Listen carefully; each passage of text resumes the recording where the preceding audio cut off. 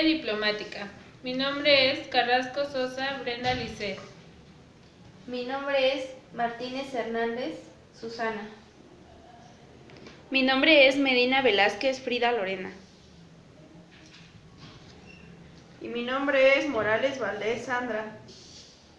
Estamos realizando este video porque nos parece importante realizar una actividad didáctica para explicar los acontecimientos que surgieron en la Segunda Guerra Mundial que repercutieron en América Latina.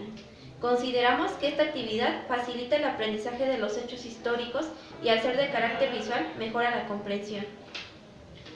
Para responder a la pregunta ¿por qué es importante este tema en historia diplomática? Consideramos que la mayoría de las veces la participación de América Latina en la Segunda Guerra Mundial pasa desapercibida, pero debemos de destacar los panoramas individuales de cada nación durante el desarrollo de la misma, así como analizar las repercusiones en general.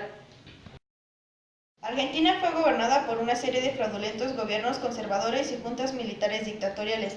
La CFA y la población, que incluía grandes comunidades de inmigrantes italianos, alemanes y españoles, estaban divididas entre proaliados y proeje. Ramón Castillo fue derrocado en 1943 y a Argentina se le consideró como una dictadura pro-nazi debido a su aislamiento.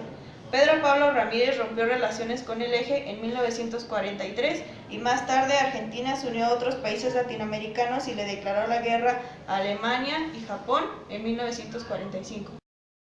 Bolivia le declaró la guerra a Alemania tardíamente, uniéndose a los aliados en 1943.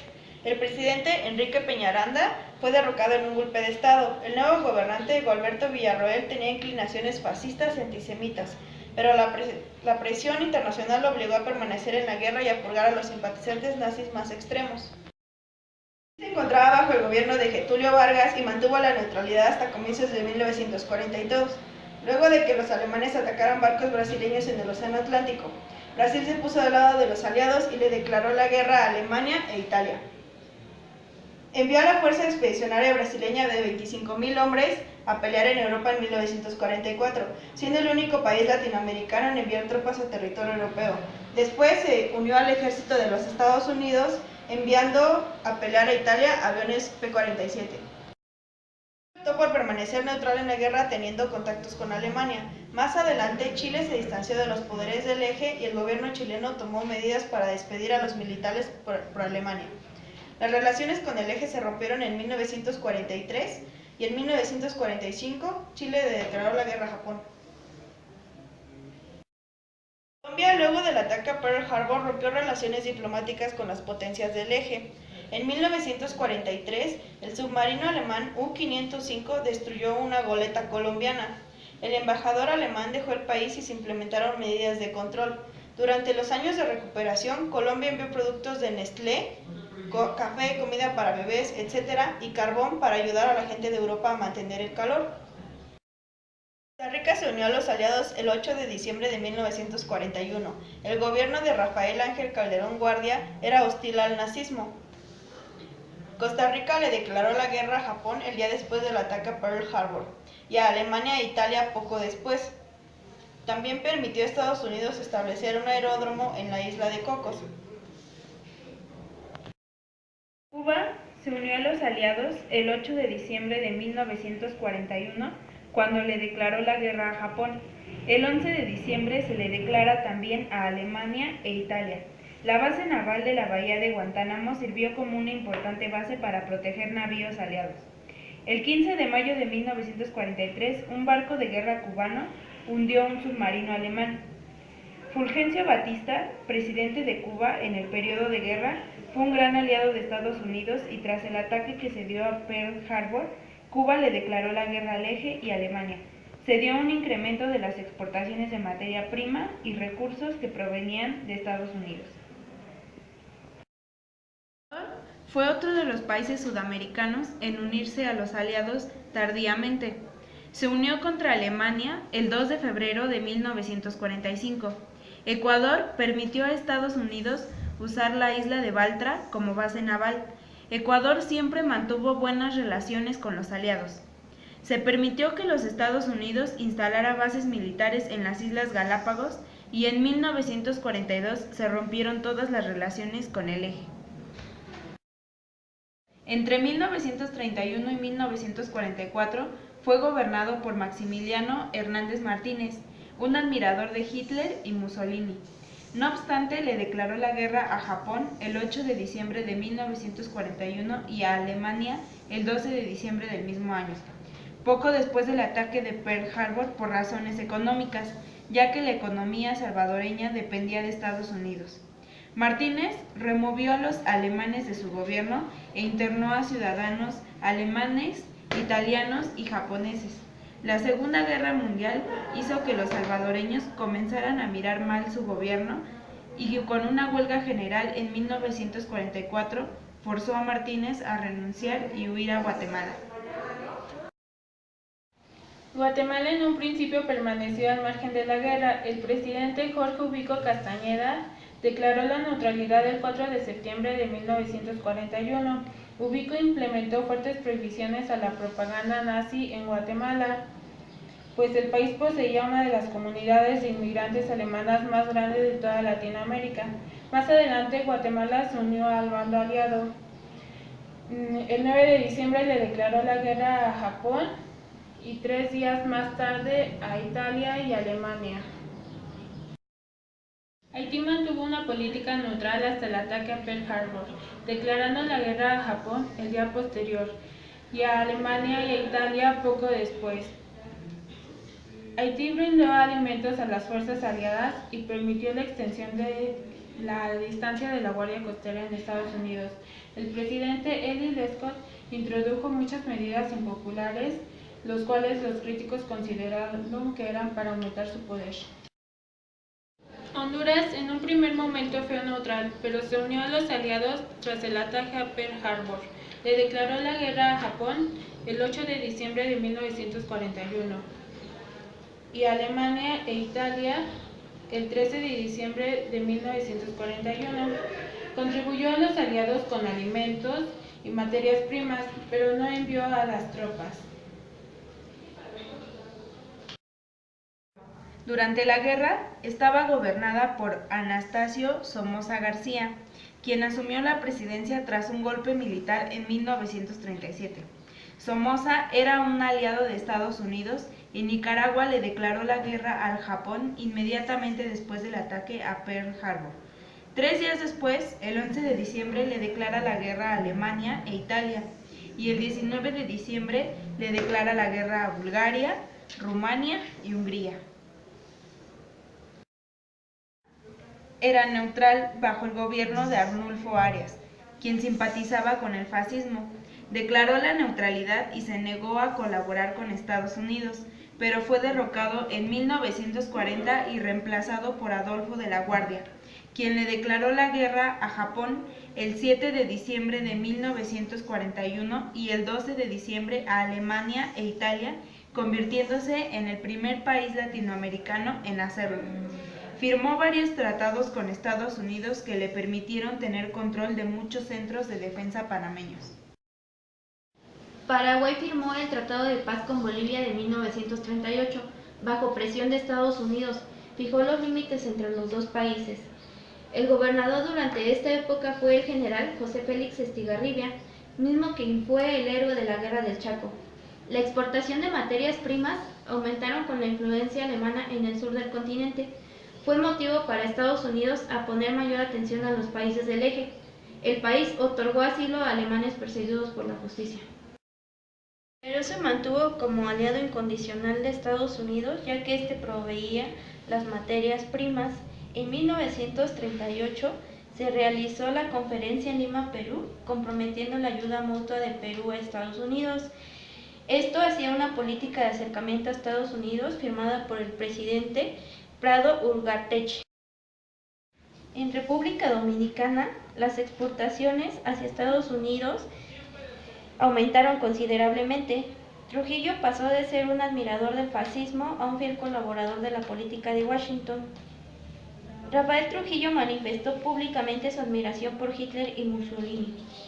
Aceptó a refugiados españoles comunistas, así como a los judíos que escapaban de Europa. Uruguay mantuvo una buena relación con Alemania, la URSS y España. Su presidente durante este periodo fue Alfredo Valdomir.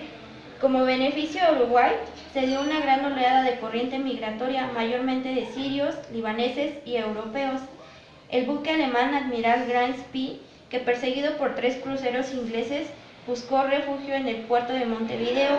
El gobierno uruguayo había adoptado una posición neutral, después, adhiriéndose a la Declaración de Río de Janeiro de 1942, rompió relaciones diplomáticas con las potencias del eje. Venezuela fue la principal fuente de energía de los aliados debido a que era la principal proveedora de petróleo. Presentó problemas con Reino Unido por la invasión de la Guyana Esequiba y la isla de Patos. 2 días después del ataque contra Pearl Harbor, Venezuela declaró su solidaridad con los Estados Unidos. México mantuvo el PIB más alto durante la guerra. Se dieron migraciones de México a Estados Unidos y de este modo los inmigrantes tomaron trabajos que eran necesarios para la guerra. Se hundieron barcos petroleros mexicanos y fueron los alemanes quienes lo ocasionaron en 1942.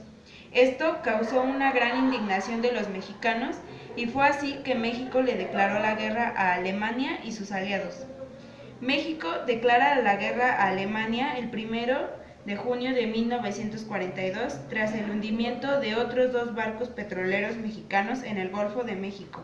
El Escuadrón Aéreo de Pelea 201 de la Fuerza Aérea Mexicana sirvió a Estados Unidos junto con el 5º de la Fuerza Aérea Norteamericana en el suroeste del Pacífico.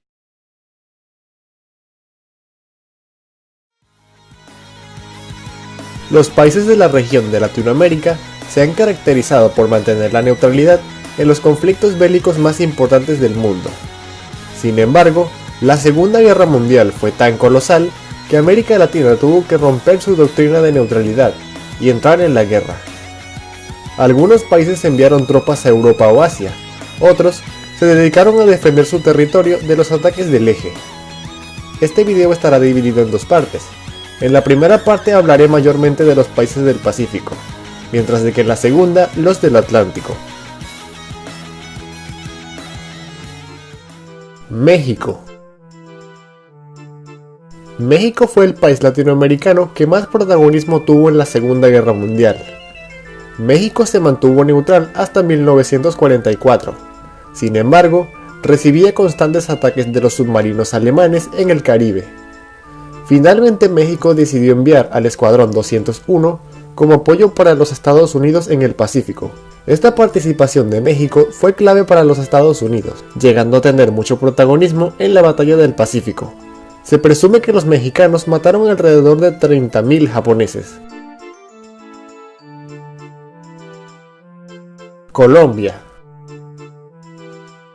Colombia fue uno de los países latinoamericanos que más fue afectado económicamente por la guerra. En 1943, Alemania hundió 3 barcos mercantes colombianos en el Atlántico, por lo que este mismo año, Colombia declaró la guerra. Durante la guerra, se modernizó la Fuerza Aérea Colombiana, con el fin de vigilar y proteger el territorio nacional y evitar futuros ataques alemanes. También en la isla de San Andrés se recibió muchos naufragios aliados debido a los submarinos alemanes.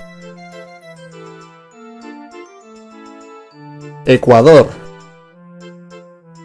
La participación de Ecuador en esta guerra fue generalmente económica, sin embargo también fue clave.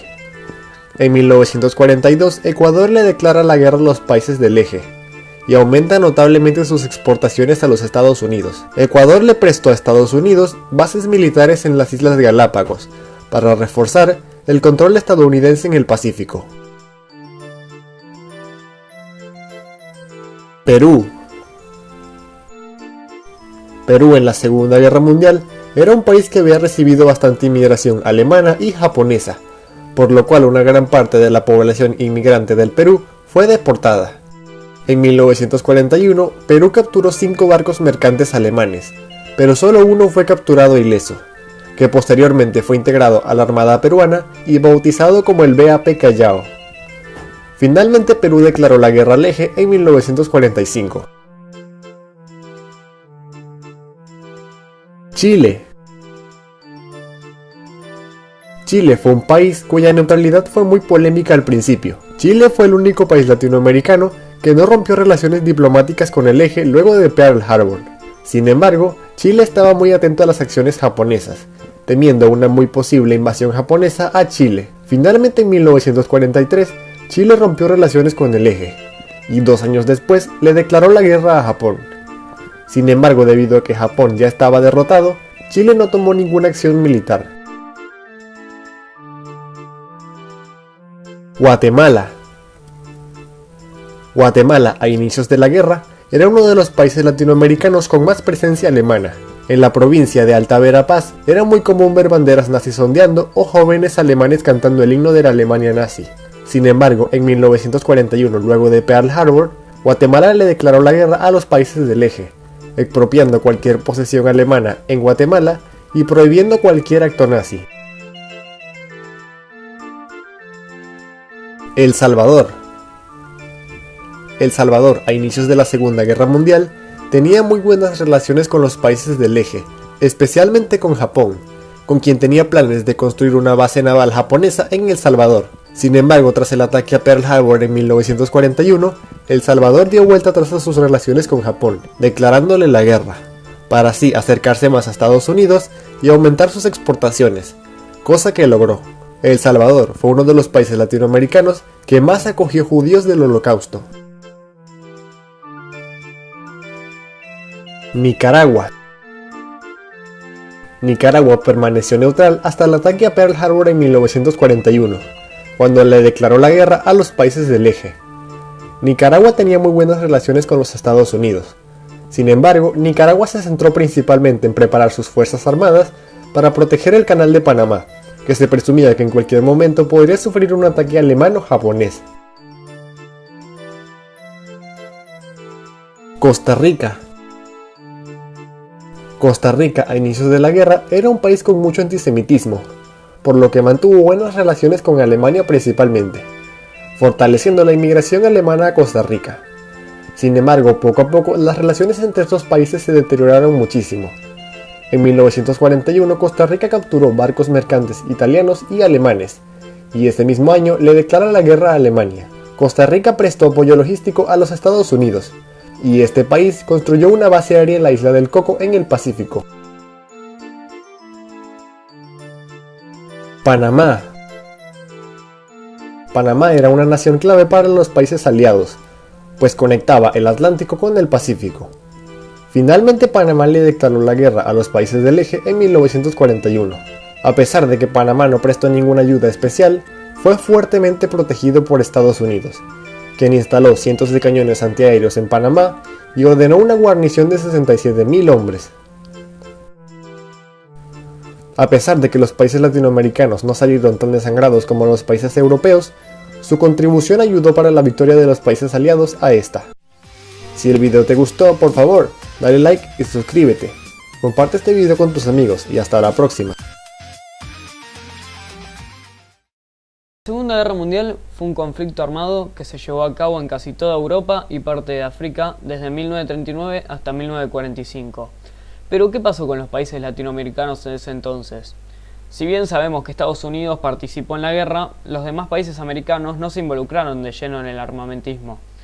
Muchos de estos ayudaron a los aliados con provisiones y recibiendo refugiados, y otros países ayudaron a las potencias con armas y soldados. Hoy nos enfocaremos en cada país latinoamericano para conocer los roles que llevaron a cabo durante la Segunda Guerra Mundial. Esto es Sudamérica Manda. Sin más preámbulos, empecemos con el video.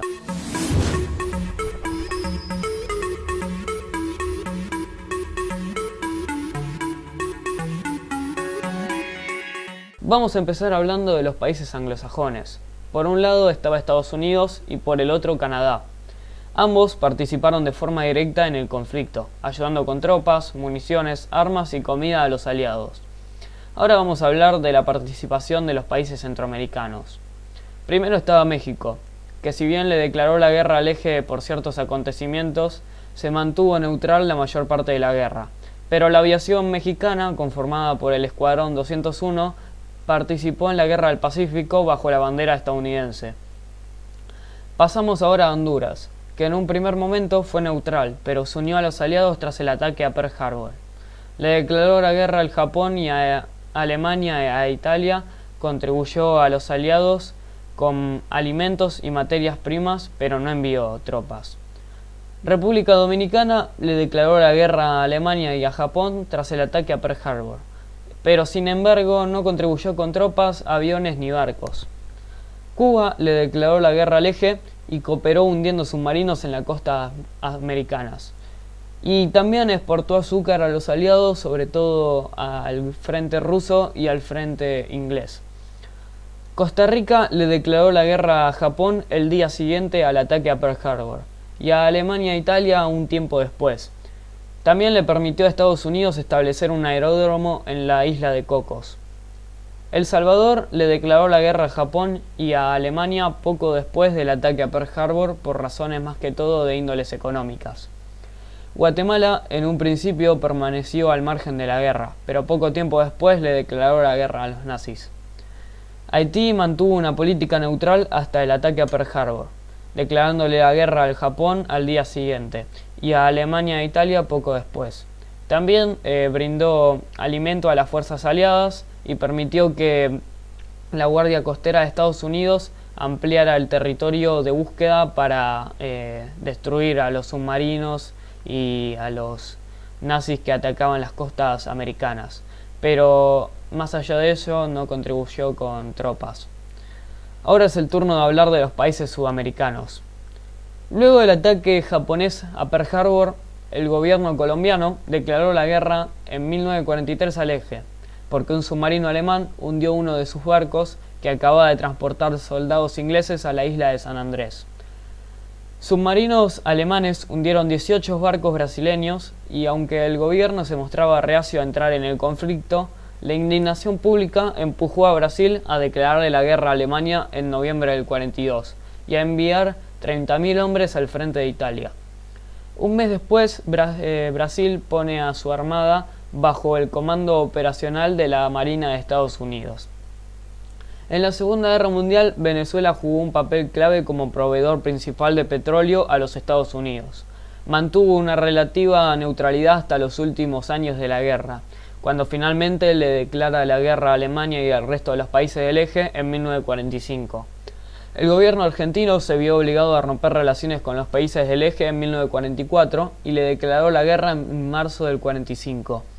A pesar de tratarse de un país neutral, en los primeros años de la guerra, un grupo de aviadores argentinos se alistaron como voluntarios de la Royal Air Force británica, dándole lugar a las 164 Escuadrón de la RAF de voluntarios argentinos, el cual combatió en el norte de Francia y Bélgica.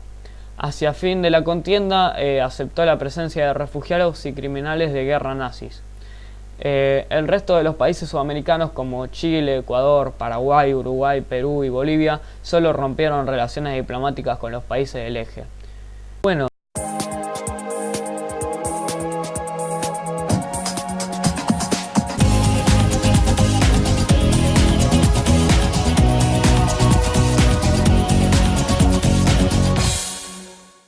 Cuando los nazis vinieron a llevarse a los comunistas, guardé silencio, porque yo no era comunista. Cuando encarcelaron a los socialdemócratas, guardé silencio, porque yo no era socialdemócrata.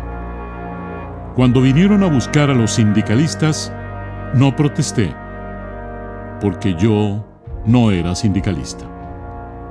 Cuando vinieron a llevarse a los judíos, no protesté, porque yo no era judío. Cuando vinieron a buscarme, no había nadie más que pudiera protestar.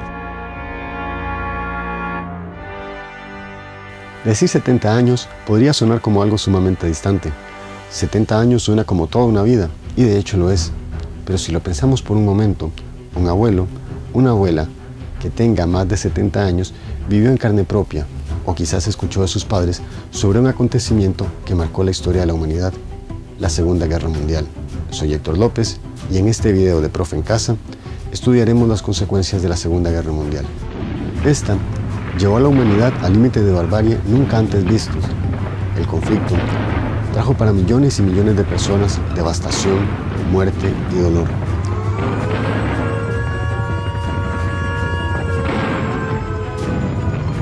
Estudiar la historia tiene un objetivo, pues estudiando el pasado podemos tratar de comprender el presente y en consecuencia proyectarnos al futuro. A 70 años del fin de la Segunda Guerra Mundial, como humanidad, ¿hemos aprendido algo? ¿O estaremos acaso cometiendo los mismos errores?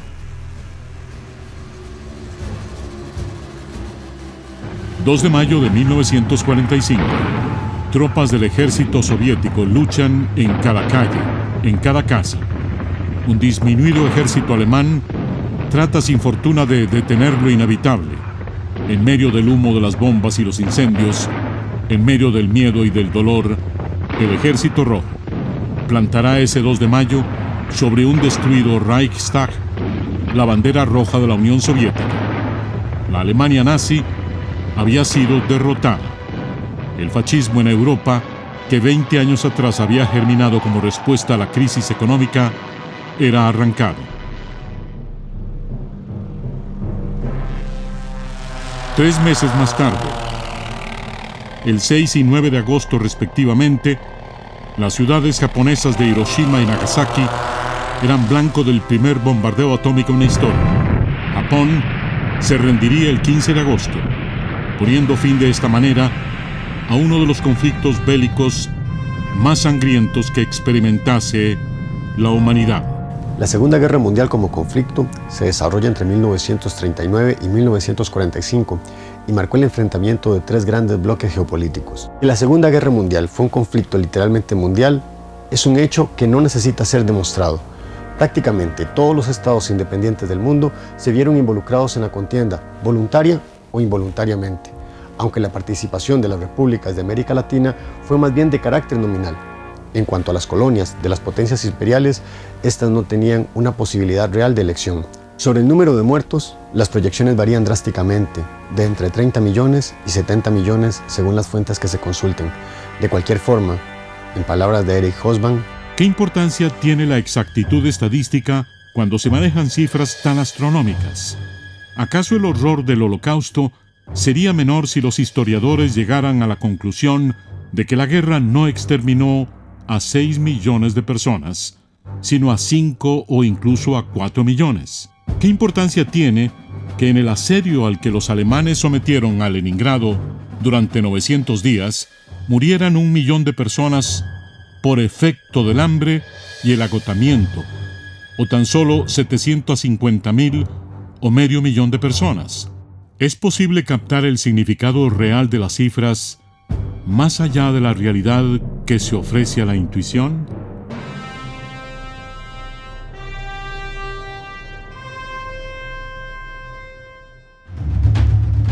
Los horrores de esta guerra marcaron a una generación y los conflictos que ésta dejó abierto fueron heredados a generaciones que buscaron en las armas las respuestas a los problemas del pasado. Al finalizar la guerra, el mundo no será el mismo. Las potencias vencedoras ocuparán Alemania y Japón. Sin embargo, en su interior los vencedores verán cómo la legitimidad del orden colonial se derrumba, iniciando el fin de los imperios ultramarinos. Las potencias europeas habían construido y reconstruido las fronteras del mundo, desde África hasta Asia. La primera mitad del siglo XX estuvo marcada por la presencia de grandes imperios. El mundo entero era el pastel que los imperialismos buscaban conquistar. De la forma más gráfica, Le Petit Journal de Francia publicaba ya en 1889 una caricatura en la que se mostraba cómo China y el mundo en sí eran repartidos. Así, para 1945 existían en el planeta cerca de 80 territorios en condiciones de colonia, sumando alrededor de 750 millones de personas. Con el objetivo de preservar a las generaciones venideras del flagelo de la guerra, se creó en ese año, 1945, la Organización de las Naciones Unidas, siendo uno de sus grandes retos la solución al problema colonial.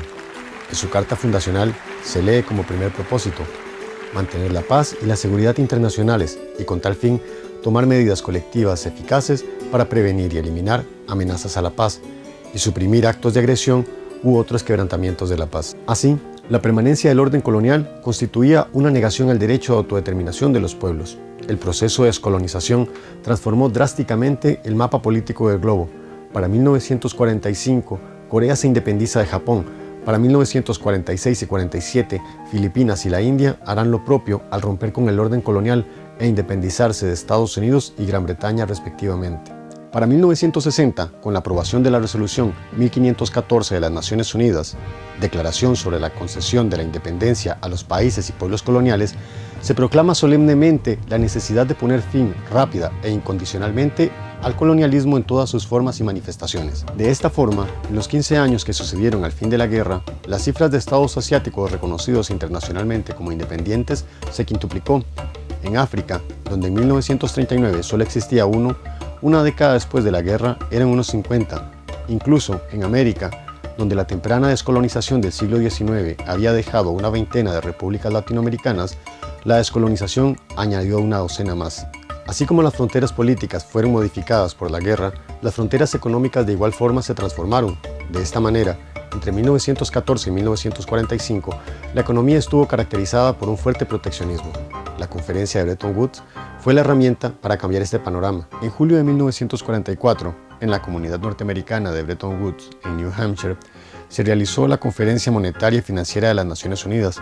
El objetivo de esta era construir las nuevas reglas que regirían el comercio a nivel mundial, una vez que la guerra terminara.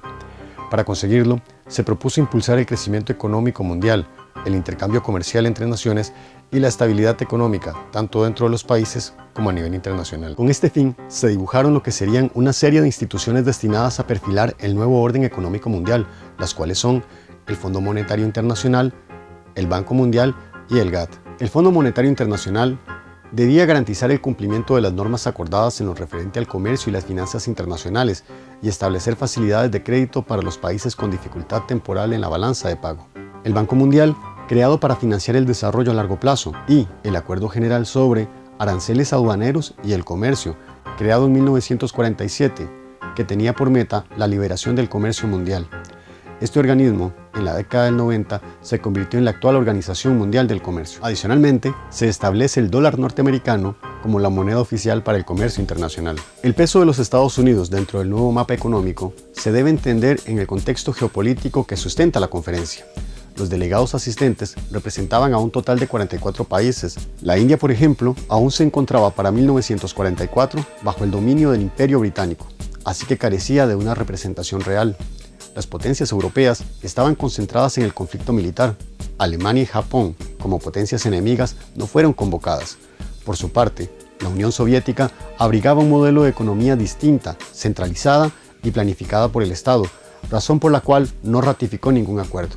Quien mejor retrató la conferencia de Bretton Woods fue el delegado de la Reserva Federal de Estados Unidos, Emanuel Alexandrovich, quien afirmó: "Todos pueden opinar, siempre que sean complacientes o no digan nada". Bajo este consenso, se organizaría el nuevo orden económico mundial, mismo que hoy sigue vigente. Ahora bien, a 70 años del fin de la guerra y del nuevo orden que ésta generó, las noticias que se presentan en el panorama son poco alentadoras. La crisis económica atenaza a la sociedad europea. Las respuestas a este problema son tan diversas como las mismas causas de la recesión. Sin embargo, es preocupante el observar cómo día a día toman fuerza propuestas y modelos autoritarios. Miramos con preocupación cómo emergen en Grecia, España, Italia e incluso en América Latina grupos filofascistas y grupos neonazis. Como humanidad, ¿hemos aprendido algo?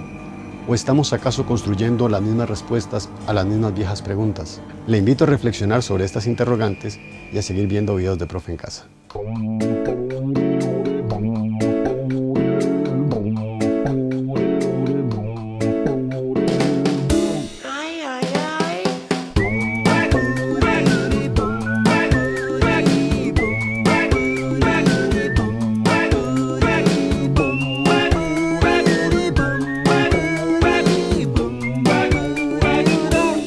Patente. Wow, wow, wow.